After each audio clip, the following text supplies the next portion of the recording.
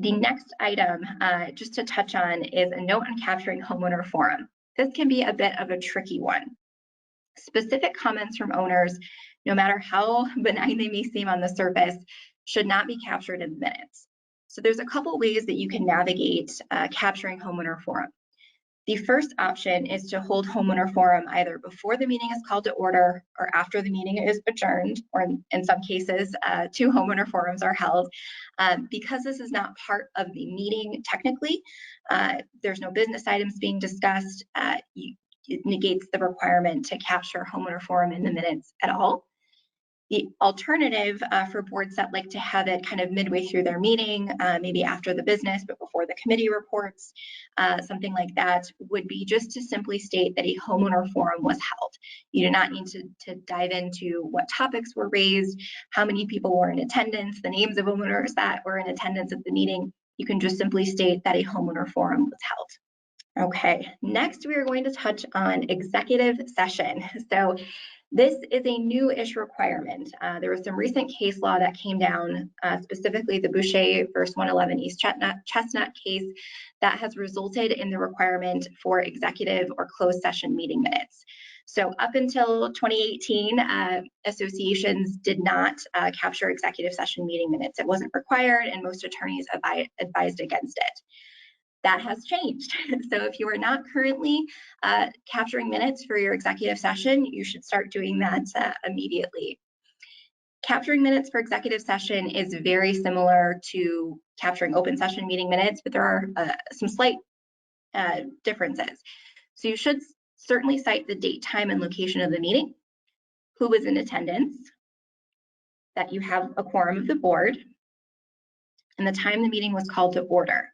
Where things get a little bit different is the purpose of the meeting. So in this case, what we typically recommend is citing the specific section of statute in the Illinois Condominium Property Act that the board is permitted to discuss during executive session. So for instance, collection or discussion of delinquent assessments, or discussion of an owner's violation of the rules and regulations.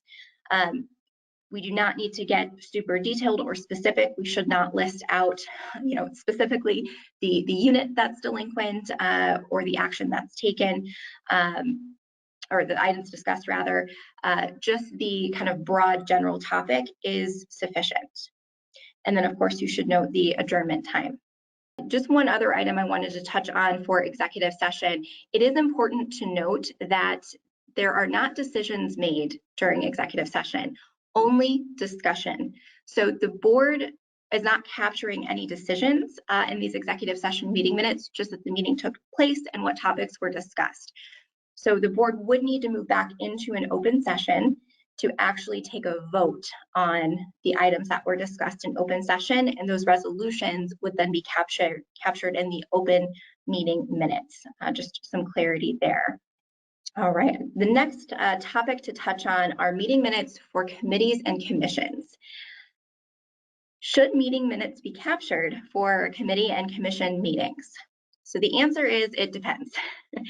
It's important to know the difference between the two of them to get a better understanding of when it would be required. So a committee, by definition, has decision-making authority within the scope of their charter and must have at least 2 board members participating on that committee.